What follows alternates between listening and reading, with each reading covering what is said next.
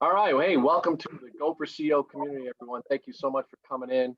I appreciate you stopping by the Go for CEO community. As you already know, or maybe if you're new, we are a channel that caters to the entrepreneur, the opportunity of becoming a CEO, an entrepreneur and entrepreneur perspective.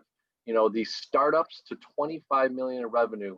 We believe that in this space, there's really nobody talking to the local business owner, the local machine shop guy, the local tire shop guy, the local lawyer. Ooh, now have you heard from an attorney that's really built their own firm? Well, we've got a special guest today, and actually he's a buddy of mine. I've known him for several years, and anytime I think about business law, real estate law, and some of the things that he does, and the diagrams that he's put together to really teach business owners how to keep their business intact, this is the guy. So I'm excited to have him on. So, hey, Felix, nice to have you on. Thank you for coming on. Thanks for having me, John. Appreciate it.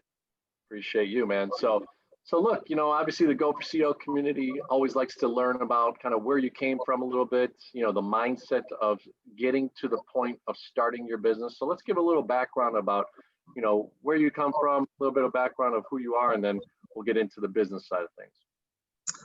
Grew up on the north side of Chicago, went down to the University of Illinois in Urbana, went and got my, went in through the College of Commerce and Business, and came out with a philosophy degree with liberal arts and sciences.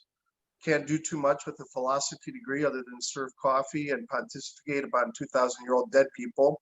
So I made the decision to go into the practice of law. One of my favorite things about the practice of law is that it's an academic area of study. It's always evolving. There's new cases that are coming down, and new arguments always being made. And so I was always interested in the academic side of things. Graduated in '99 from the University of Illinois College of Law.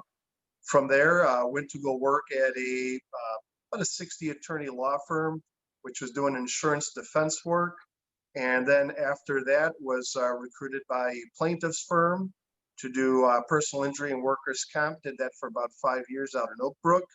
And then after that, I've been either partnered or on my own in one degree or another. And this year marked 21 years of practice. Wow, man. Can you believe it's flown by that quick, huh? The gray hair on my beard shows it, but yeah, it's gone very quickly. It's gone very quickly. I shave mine nowadays, right? But I don't get that manly beard like you do. So neck beard. Well, hey, and actually that's when I met you. Can you give us a little bit of background on the partnership side? I believe we met at a networking group a long time ago, kind of a close-knit type of people, and we created a relationship. But I remember you were with a gentleman that you were partners with. Tell us how that actually started, the beginning of you going out on your own, and especially the partnership side, which was the first firm I believe that you started, correct? Right. So I was working at a larger firm, and one of the big important things that a person has to decide for themselves is, as you're out there and you're trying to hone your craft, as you're trying to improve yourself as a professional in whatever line of work you do, you got to make sure that whatever office that you're in is it meets your culture. What are you looking for from the job? Pulling a paycheck is important, but also pulling information and knowledge, and actually just being comfortable, being excited to go to work every day is also an important component. In this particular firm that I was at, right there downtown, right across from City Hall, tall building, view of the lake, all of that kind of stuff. Had everything I thought I wanted, but there were some things about the firm culture that, I really wished had been different. Like we had mandatory Saturdays. So no matter how much work you'd gotten done during the week, you had to be in there on Saturdays. And so as a young lawyer coming out, maybe being a little bit headstrong, I was one of the top billing associates at that point in time, but just made a decision that working every Saturday wasn't in my interest level. So I had a couple of conversations with one of the main partners of the firm about that. And after about a year of practicing, I had another opportunity that comes along. Like they say, if one door closes, another one opens. And then after that, I went to go work with another established attorney out in Oak Brook. And I did that for 5 years. And, just like any other business, markets change, moods change, folks change.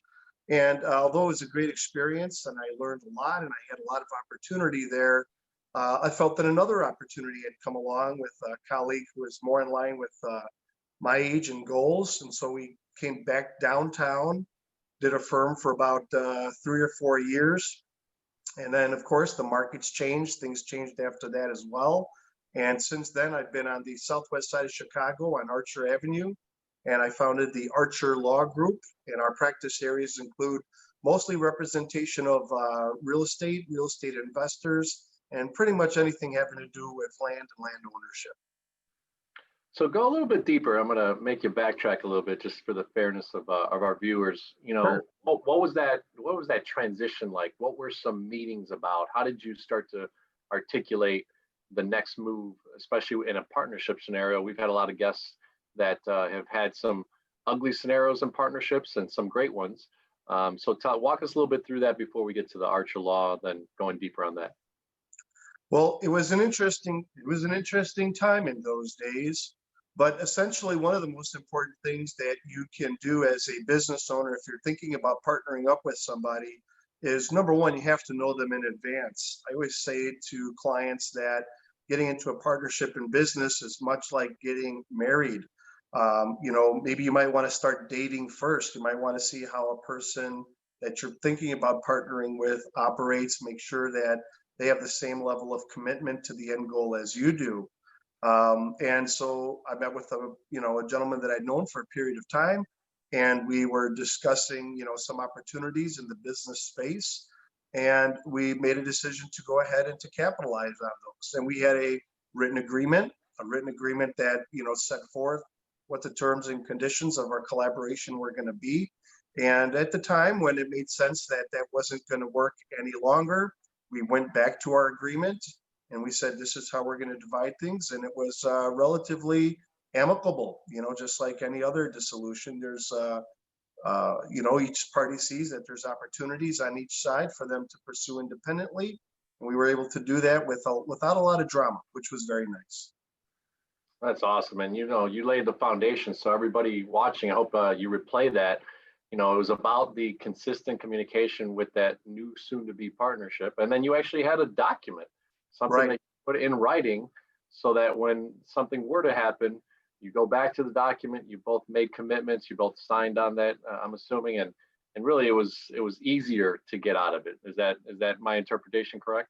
That's a similar analogy that maybe some of the viewers might be used to, is that, if you're going to get into a business partnership with somebody, business partnership agreements, separation agreements, your incorporation, stock purchase options, all of those things is very much like a prenuptial agreement that you might have with someone you're making your spouse. You lay out all of the documentation, set forth all the responsibilities, you put everything in there. And then when the time comes to say, this isn't working for me, or this isn't working for us, then you already have a path forward. So you're not having to reinvent new ground. You're not having to get anxious and live in the drama of, okay, what happens next? You have a pathway. You have a document that'll set forth the rights and responsibilities that each of you have, not only to preserve, the corpus of whatever enterprise we're doing, but also to separate. So that way there's no question as to what happens next. And that's really helpful. And especially for small business owners, it's really essential, because litigation and drama really end up being a drag on resources and time and creativity. I love it. Yeah. I mean, just let's not be lazy, ladies and gentlemen. Let's make sure we do it the right way. It's kind of easy to sometimes just start up a business if you feel like you have an idea and you have a partner, but then you didn't establish it the right way. It could be disastrous in the future. Yeah, So, I think Franklin said, ounce of prevention is worth a pound of cure, and that's really the case. 100%. So neat. You're in this firm. You started with someone else, and you got to a point where, hey, it kind of makes sense to go your own way. What are you thinking now? Is it the same type of law that you're about to practice when you open up your own firm, Archer Law? What things are you talking about to yourself? Like, hey, I want an office in a different location. I want this type of clientele. Walk us through kind of some of the semblance of a business plan that you kind of started putting together.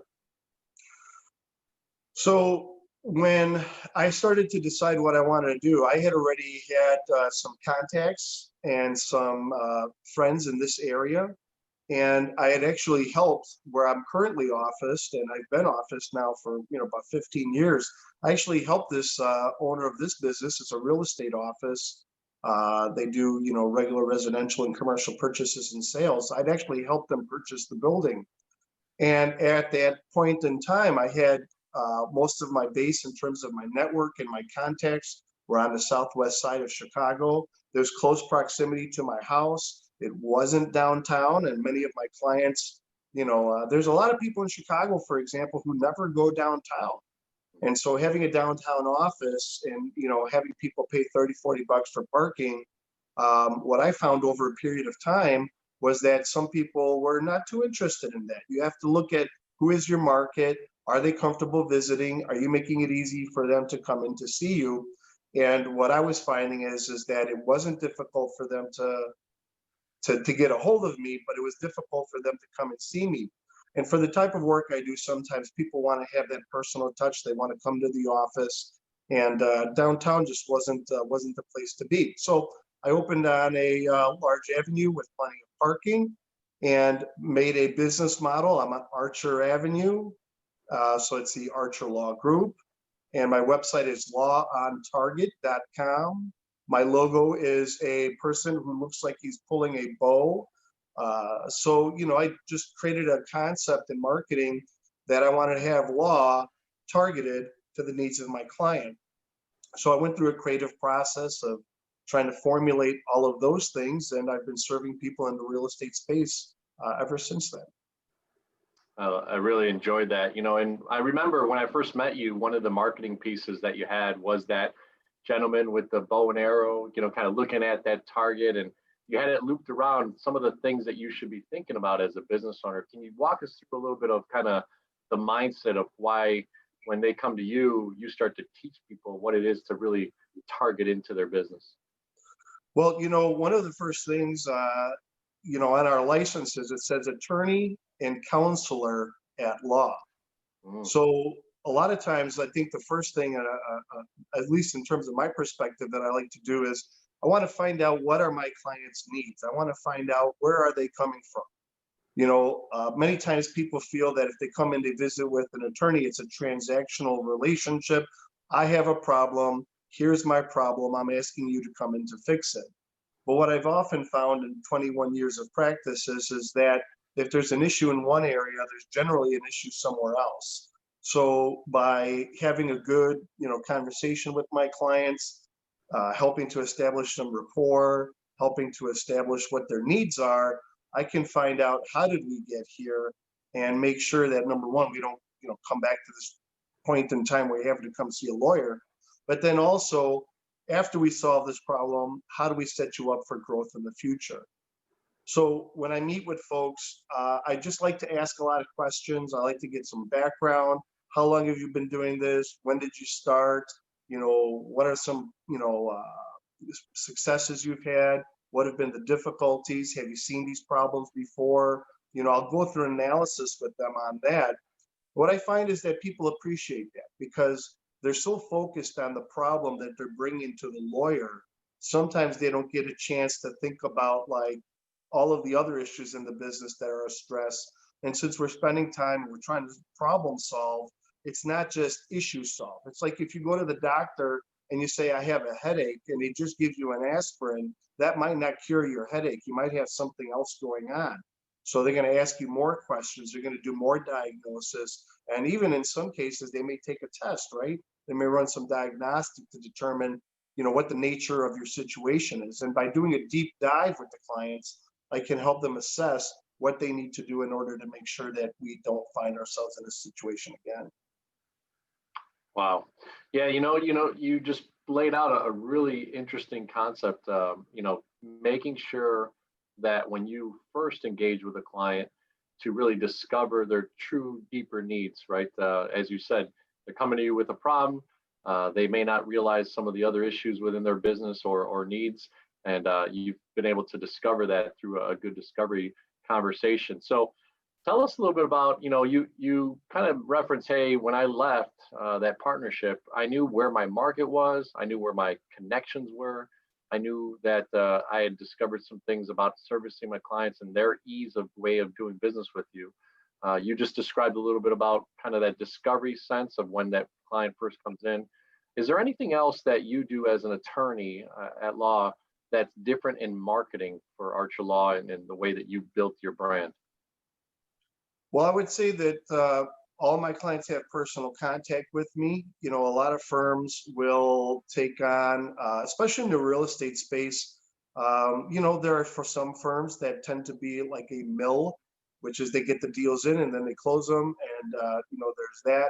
I would say that I have a very nice and been very fortunate to have a repetitive customer base. I just closed a lady this week. I closed her 4 years ago, and they were ready to move up to a new house. And so I was able to do her sale and her new purchase on a transaction. And I think I did that because I stay in contact with my clients. I'm very friendly with them.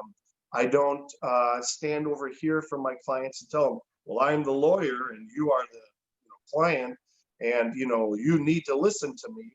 I think that when I ask my clients questions, just like anything else, try to take a vested interest in their success. They know that they can get a hold of me.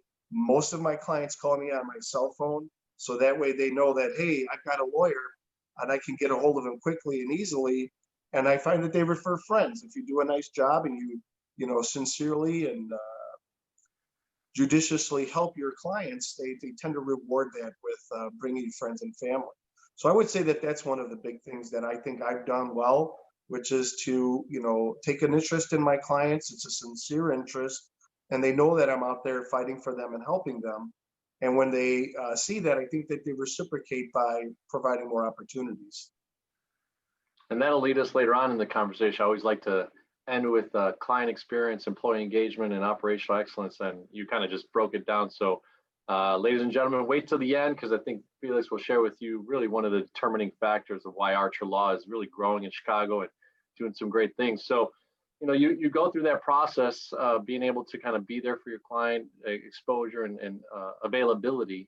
Tell me a little bit about also, did you set up a unique type of website? I shared with people that when I first met you, you had this collateral, this marketing collateral that really kind of made me understand how you teach people business and law. Obviously, you dived into more of the real estate as well. Is there anything else that you're doing to really bring traffic to you besides referrals? It's an interesting practice for law. So, I do stuff like, for example, I'm on Yelp. So that has actually driven quite a bit of opportunity for the last few months. It's interesting. Lawyers for many years were actually prohibited from doing certain types of advertisements. Nowadays, you see, attorneys on every bus and, bus shelter in the city of Chicago. Typically, those are for injury law attorneys. Typically, those are for bankruptcy and stuff like that, right? So, but what I have found for my marketing purposes is that I also go to referral sources. So referral sources for me tend to be realtors and lenders. And so I have a wonderful base of people who've been very generous over the course of years in terms of offering, their clients, or they're putting their trust in me with. So we'll do co-marketing strategies and things like that. My website, I'll be honest with you, is very stale. It probably hasn't been updated in over a decade. But that chart, which is basically a concentric circle showing when a business starts, some of the legal needs that they may have, and it's a target. And as you come in with the bullseye being ultimately getting value for that business upon sale, you have to think about a business owner, sitting down, creating a concept and saying, how am I going to deal with employees? How am I going to deal with clients? What are my contractual obligations? What's going to be my business process? How am I going to ensure quality control during delivery? And then post-execution follow-up. Those are really the big things that are done. Internally in my office, I have a very good client management software that helps me manage all of that. It helps keep track of time, make sure that I'm making my phone calls and keeping my contacts to my clients so that I'm always staying top of mind. I make extensive use of electronic communications, because folks work during the day, so they're not available generally to have a chit chat with their lawyer. So, but we do keep in contact with folks that way. And when they, I think when a client is engaged in a transaction, let's say a real estate closing, they're looking to say, okay, what's the update? What's the latest information? And so I have a system in place where generally about at least once a week. And then of course, if there's any updates, I'm getting a hold of them. So that way, by the time that they go to their inbox, they see, oh, my lawyer was working on my file today. I don't have to worry. I know it's being addressed. And so that tends to be the best way to do it. So, very little on the traditional internet marketing in terms of my area of practice, but people to people marketing with trusted referral sources, and then having a good system of execution and follow up with the clients has really proven to me to be an excellent way to continue to keep that pipeline very full.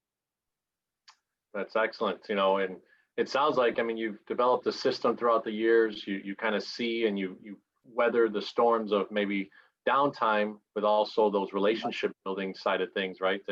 And growing those, and not only your network, but within your client base. So tell us a little bit about, now let's walk into Archer Law today. What does it look like for a client when they're coming in? And then also, have you started to then bring on new associates as far as, people that are, I don't know what they call them in the law group side of things. Associates. Okay, associates. Do you have you mentioned a great software system, so that obviously has automated some of your business. Is there do you use a virtual assistant? Do you bring on a regular assistant right now? Have you grown your associate base, or is that a plan in the future? Well, what's interesting is that I have gone through all of that, yes, and I have scaled back and I've ramped up and everything else.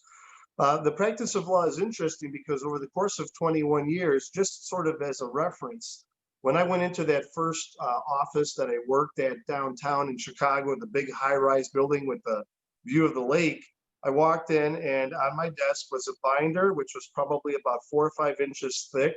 That binder had all of the memorandum, which was essentially the employee, handbook for lawyers for that firm. And much like that Tom Cruise firm, The Firm, the Tom Cruise movie, The Firm, it's like, you came in and you're like, okay, here's all of what you're supposed to do here.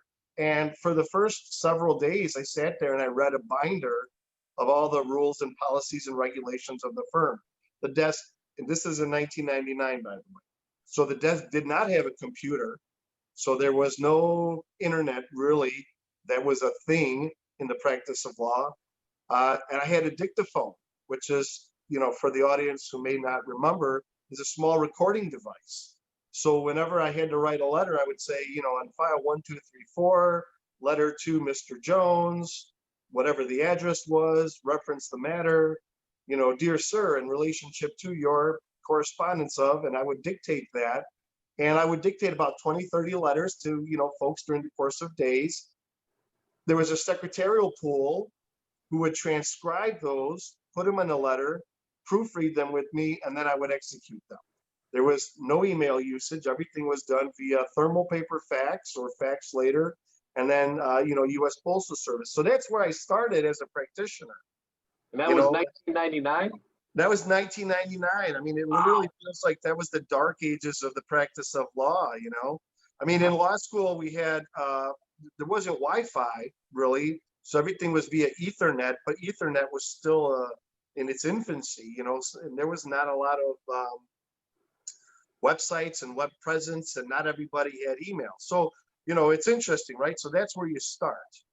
Very labor intensive, having a lot of secretaries, needing a secretarial pool, having a cumbersome process of dictating, proofreading, and going back and forth.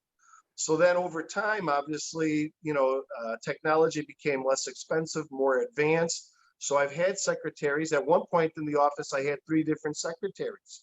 So I had one secretary that would do purchases, one that would do sales, and one that would essentially keep house, scanning, archiving, keeping documents in order, keeping track of financials and billing and everything else. Then I scaled that back. And at one point, I had 3 attorneys working with me. And so I had one attorney working in quasi-criminal matters. I had one working on litigation matters, one that was helping me with real estate. And then I was essentially taking the role as lead business generator. And then when the real estate market really began to tank back in '07, and opportunities just generally, I think, across the enterprise of law started to, become a little bit more difficult. Less business owners had flexible cash. The type of real estate transactions we were doing were, a lot of short sales, dealing with a lot of foreclosures, much of which is easily done via forms and templates.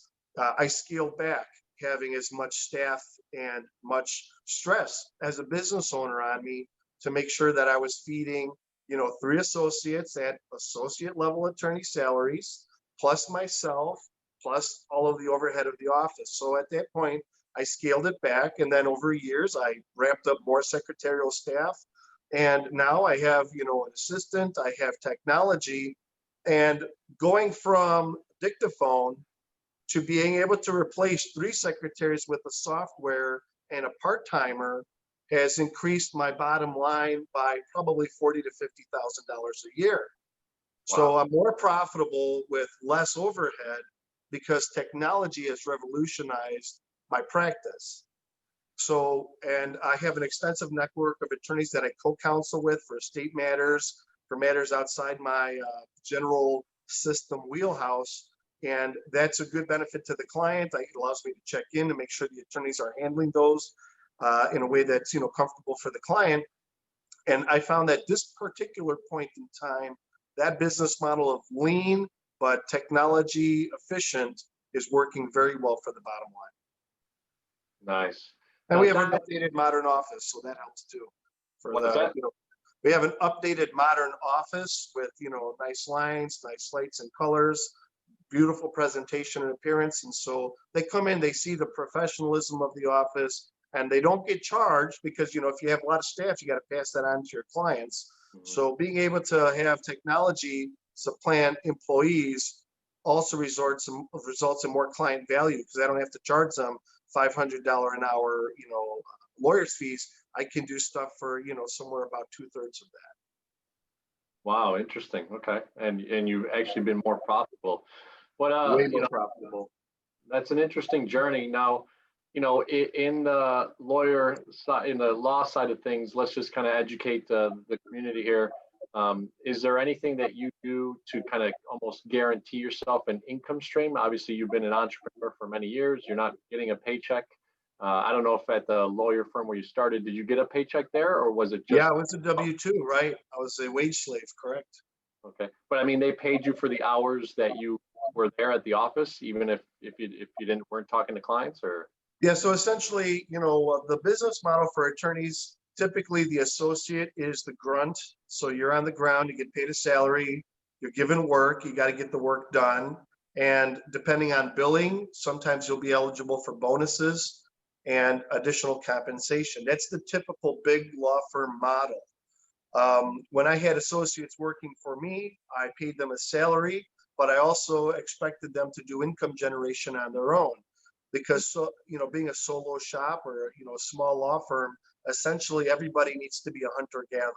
Okay, there's nobody who's just sitting back at the village preparing the meat. Everybody has to be a hunter gatherer, and some people are better at that than others. And one of the things that I've learned as a business owner is I have to find out whether or not the people I'm going to bring on, whether they're hunter gatherers as well, or are they just willing to process the meat. And if they're just willing to process the meat, I need somebody who has an additional skill. I need someone to be able to talk to the client and say, hey, for example, we just did your closing. We're going to send you documents, but have you thought about a will? And maybe that's something you should do now. It's a good time. Help upsell some of our services or services that we can refer to one of our partners. but Felix, we're not salesmen. Well, I So think anybody who's a business person has to be a salesman, if not for the services that they offer for themselves, right? yeah, no, and that's my point. Is I'm joking at the point that you meet all different types of professionals, and obviously the law profession is a very esteemed and looked up to. But a lot of times within that profession, they're like, well, I'm not in sales, and actually you are in sales. All of us are in sales in some way, shape, or form, and bringing revenue or bringing new meat to the table, right, is a big deal. So I appreciate you breaking that down, because so there might be someone that listens to this and goes, well, yeah, I'd like to learn under that associate role, or what can I do to get to that next level faster, in those types of situations. So neat. So that was part of the scaling part of things of our conversation. You've shared a lot of the marketing side. You've still, now you've shared a little bit of the scale up and down and kind of the lean and mean situation you're at right now. Tell us a little bit about operations and kind of how the flow of everything works. And we'll end up, this interview with the CEO mantra of what we do, and I'll share that in a few seconds. But tell us a little bit about the operations and how you kind of gather that, as well as obviously the software that you're using. Well, the software I use is called Smokeball. It's really designed for folks in the attorney space. So it's client management in terms of tracking clients, but also systems process. For a lot of what I do, there's deadlines, there's timelines, and there's steps, and there's procedures. And so this is a nice software that basically gives you a tickler every day that says, hey, make sure you address these particular items on a particular client file and case. And so when a client comes into the office in terms of getting their matter referred over, or I'm able to make contact with someone, generally what I'll end up doing is have a conversation real quick. Is this your first time buying? Have you been through this process before? That helps me to determine what level of education my client needs. So that way they're not always wondering in the back of their mind what's going on, what's going to happen next. We can address that and they can feel comfortable up front. When they're comfortable up front, I find that results actually in less work on the back end, because the client already has the roadmap for what's going to happen. And in terms of operations, it's really just making sure, and I think that this is probably for many business owners, when I consult with my clients who are business owners, they have this wonderful idea of their business, but they don't have a client fulfillment process. So they just are used to what might be called the technical aspect of delivering service, but they don't have it in the totality of what the client experience might be. So for example, I'll just use a simple one. They're a restaurateur and they know how to cook food, but they haven't done anything to update maybe the client experience. They're still using tables that maybe Frank Sinatra sat in 1950 in their restaurant, and it's stodgy, it's an old appearance, it hasn't kept pace with modern expectations. It has a look that, the food is delicious, right? But the experience maybe is wanting. So we try to have it so that way clients understand we are here, we're helping you, we're going to do it in a nice, clean, professional way. We use the latest technologies so that way we can communicate. And we're going to do so in a way, especially now with coronavirus, for example, you have to have flexible business model. So I've done a lot of client interviews via Zoom. So, if they don't want to come into the office because they're, in a situation where they're in a vulnerable population, we've done lots of Zoom calls. And that's really helped, I think, with the client business process to make sure that they understand that I'm as flexible as I can be. So that way we can get to helping them with their situation. Yeah, and what a great way to be flexible. I'm sure. Were you using technology before the pandemic, or was that part of your business model? I really wasn't. I mean, it was just a situation where back in March, we used to have to, before COVID, I was going to court for, let's say, for example, eviction matters. A lot of what I do on behalf of landlords, my investor clients, I was going to court 2-3 times a week, and now I don't do that anymore. Now everything is held via Zoom.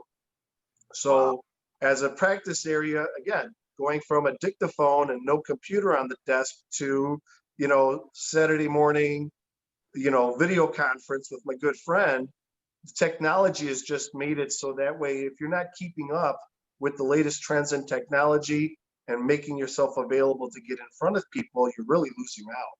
And so I think I've done a decent job, at least, of trying to use the latest technologies to benefit the client. No doubt, no doubt.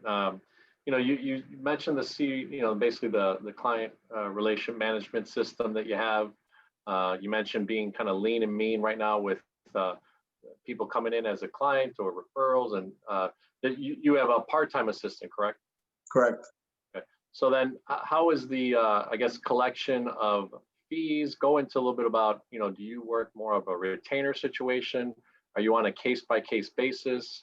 How do you bill out your hours and then also, manage that cash flow? One of the things that I've tried to do is, when you consult with a lot of business owners, you see what they do that works, and then you see what they do that doesn't work. And then I think the wise person takes the best of what they see and then employs it in their own practice. So for example, I will generally charge for a consultation, but the reason I charge for a consultation is because I'm offering you 21 years of wisdom, practice, training, and experience, and that I think has a value. And what that does is that makes sure that I don't have a lot of people who are information seekers coming into the office with, an expectation I'm going to tell them how to solve their problem, spend my time doing that, and then I walk away with nothing in my pocket, but now they've got the answer to their legal issues. That's a liability as well. How about if they didn't share everything with me and then they say, well, I relied on the lawyer, but they didn't tell the lawyer everything, and now they're going to come back and say you gave me bad advice. So I always charge a client for my service, and it's not expensive, it's reasonable, but it's to put a value on that. Sure. When I work with folks, for example, on a real estate transaction, I have a discussion with them about what the fee expectations are up front so that we're both on the same page. If I expect it to go beyond my initial flat fee, which is what I do for most of my transactions, if we're getting into territory where, hey, the circumstances have changed, something has changed, this is going to require, a significant amount of time more than we originally discussed, I'll let them know well in advance what those circumstances will be so that they know it. And then they pay me at the transaction's, finality. Other things like litigation, for example, what I find is that, everybody wants to sue their neighbor until they find out that it costs them money as well. So sometimes it's a good way as an attorney to weed out people who are out for vengeance versus people who have a legitimate bona fide business dispute that they want to resolve. So I tailor my fee structure in a way so that way I make sure that I don't lose. I can't lose money as a business owner. Time is my commodity. That's what I sell. Time, my wisdom, training, and experience. And people who are not willing to compensate me for that are simply just not clients of the firm. And that's okay. Many times what I found is that if you're flexible with your clients, for example, I had a gentleman in the office, he's being sued.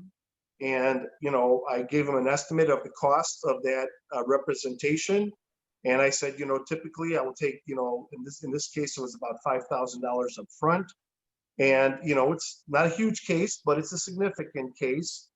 And he's like, well, that's a lot of money. And I said, well, you have a lot of problems here. You got a lot of problems. You should have seen me beforehand. So, what I usually do is, although I may not be flexible in terms of what I expect, I can be flexible on payments, right? So I told him, here's my expectation. I want, 50% up front, and then the rest can be paid over a period of time. And that worked for him. And he was grateful for that. So I think that you have to be flexible with your clients, but you have to have essentially a plan A and a plan B with clients, because you have to meet clients where they're at. But at the same time, you never discount your fees. You never, give the friends and family discount or anything like that. You work with them. You can be flexible on payment terms, but not the payment amount. Awesome. Awesome. So, one thing we discussed on the Go for CEO channel is, start up to 25 million in revenue. We always like to ask like, hey, where do you see yourself the next 2, 3, 4, 5 years? I'm assuming right now you're a 6-figure business. Are you going into 7 figures? Is that the goal? Do you want to keep it kind of where it's at? And the transition period, have you thought about the next 3 to 5 years? Will you start to ramp up again, or do you have any plans to have that, messaging going forward? That's an interesting question, because we're always trying to evaluate, what will the growth of the business look like? And for me, that has looked like 2 different things over time. At one point, when I had a number of associates, I was able to generate income that was very significant, close to those 7 figures. And as a result, I had, the associates on staff, to process the meat when I brought it home from clients, so I was able to generate that. But the market for that type of work that I was doing at the time literally evaporated overnight. Wow. So when that happens, you have to adjust and flex your business model. Right now, what I have done is I tried to, like, for example, back in '07, which is the period of time that I'm referencing, you know, it was very easy to have a lot of transactions. There was a lot of liquidity in the market, finances were good. And then what did we have in '07? Essentially, we had that Great Recession. So a lot of business opportunities dried up. And I went from having an overhead of about $15,000 a month just for office type of stuff, salaries not included, just office stuff, to now when this current recession pandemic scourge came along, it's 1,500. So it's a massive difference in terms of how I was conducting the overhead and the office operations versus how it is now. And that alone has just been a tremendous saving grace this year, which is I essentially have no overhead. I have rent and I have, Wi-Fi, and that's about it. And it's very straightforward and it's very simple. And it's really made all the difference in the world, taken less anxiety, taken less stress. So I used to say, well, I need to spend a lot of money to make a lot of money. And now what I found is I'll make a lot of money if I don't spend money ridiculously, I spend it targeted. So where I'll invest my opportunities is I'll help my partners grow. So if I have a realtor or a mortgage broker and they're putting on a seminar or they're doing an activity and they want marketing cooperation dollars and my name will be co-branded, I'll invest in those things. I'm finding that that gets me the best ROI. In terms of growing it with additional associates, I'm 46 years old. I'm anticipating that I'm probably going to work, in the capacity as a lawyer that I'm doing now for maybe about another 14 years. So I'm actually beginning to work on some passive income investments. Having seen a lot of my real estate investment clients do a lot of real estate, I do anticipate that the market for investment is going to be very hot for real estate coming into next year. So I'm positioning myself so that I can have some additional real estate investments because I'm familiar with the business. I know how to do the construction, the point of contacts that I've had through clients throughout the years. I'm setting myself up so that way I can have a nice growth period of time with passive income investments for the next 14 to 15 years. And then when that time comes, instead of having to focus exclusively on representing other people, I can work on continue to grow my own portfolio. But well, you led me right into exit strategy, right? Over the next few years, you kind of just laid it out. How do you get out of being the only guy that really produces income?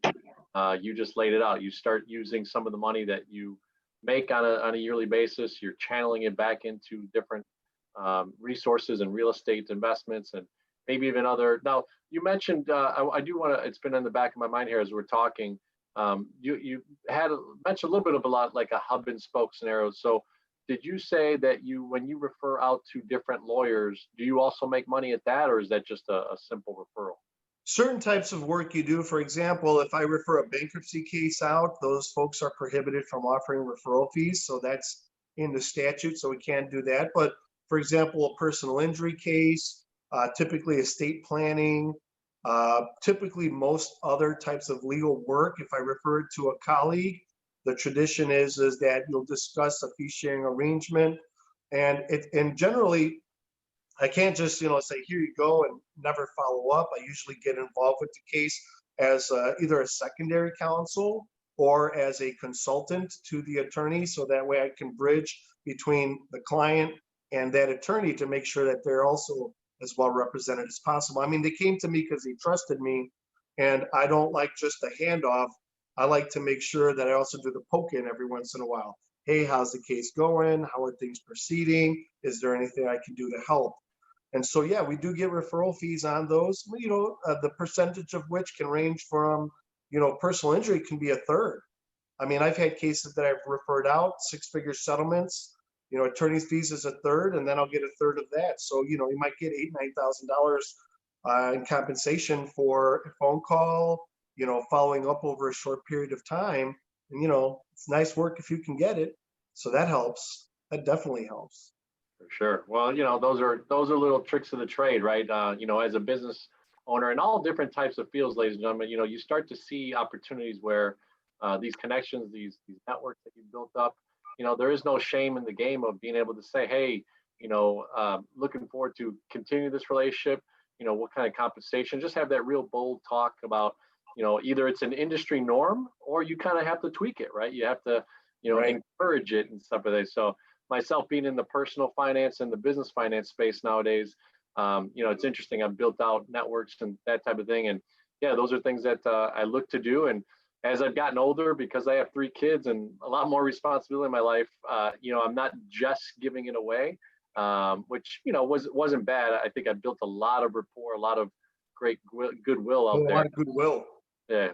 But nowadays, I like you, I feel like in my expertise, part of building out the Gopher CEO, I think my questions are eloquent and are in the business space, or teaching people. So eventually, that's kind of where hopefully what happens is you build that wealth beyond that experience, right? So I interesting. use the practice of law essentially to provide myself with, a very comfortable standard of living and to help to grow the Gonzalez name into the future. So, to prepare, my kids for success, to be able to send them to good schools and everything. But, as a practitioner serving clients, I would always have to be out there serving those clients. And so I think that as I look at my practice, in the next 10 to 15 years, do I want to go to court all the time? Do I always want to meet with folks? I mean, I enjoy it now, but where will I be 15 years? Probably not. And I like a new challenge. I have a diversity of interests, and so I like to tickle those every once in a while. And I think that if you do the same thing all the time forever, you eventually get burned out. And so I think that we should have diverse interests as business owners. You have one thing that you're primarily concentrating on. You have something else as your sort of side hobby that's also income producing. And then you also have a long game as well. I think that those are the keys. And I found for myself that that keeps me motivated, excited, and well fed.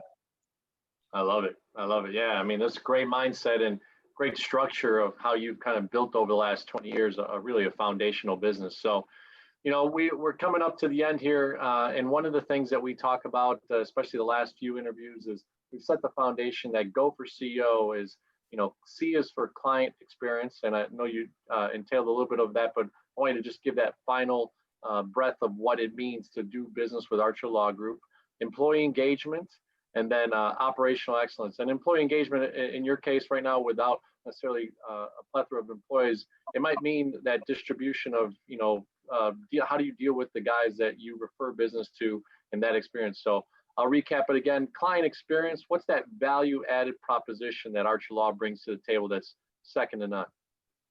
I think we have a good system. So I have a good way of making sure that I reach out to clients. They feel comfortable, confident, and secure that we're going to address their legal needs.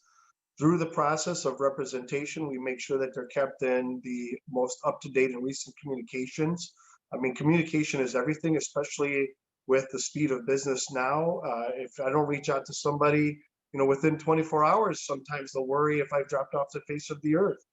So there's that. So I always, communication, technology, reaching out, but also just not only reaching out in terms of here's this, it's reaching out with this, the heart, letting folks know that you're taking that vested interest in them personally, in their personal situation.